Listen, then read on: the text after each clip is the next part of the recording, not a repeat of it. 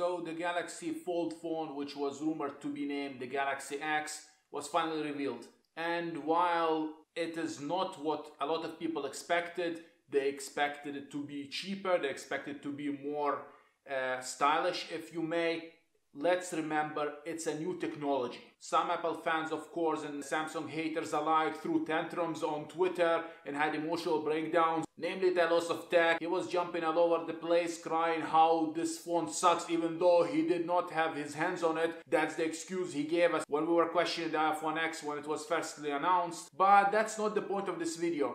I'm here not to defend the Galaxy Fold phone, which starts at $2,000. I'm here to explain why it kind of makes sense. Yes, do I wish that the phone was cheaper? Of course. More stylish? Sure.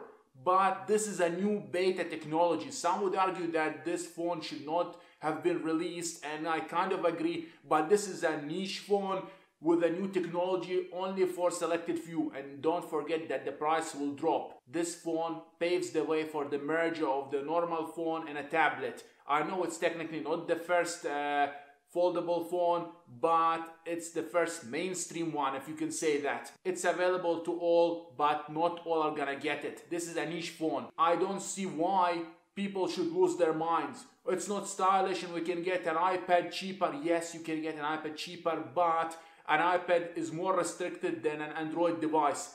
And this, while I agree should have been more stylish, is the first of its kind. This is a beta technology. This is for people that love tech, and this is a concept phone. And nobody's forcing you to buy it. S10, which is an amazing, sexy phone, which is still cheaper than the iPhone XS and the iPhone X. And they even have a cheaper S10 model for the ones that would like to save money. So I don't get why people are losing their minds. Guys, this phone is not for you. It is a concept phone for very specific people. And like I said, the price will drop, so I'm not sure what all the fuss is about. People are comparing it to the iPad Pro, which is an amazing device, but still running a very restricted operating system, so it doesn't matter if it has 5 GPUs or the processor is through the roof. It's still a restricted device. Stop comparing the iPad Pro to this device. They're not even in the same league. This is a concept phone. Stop judging it. There are mainstream products, mainly the Galaxy S10 lineup,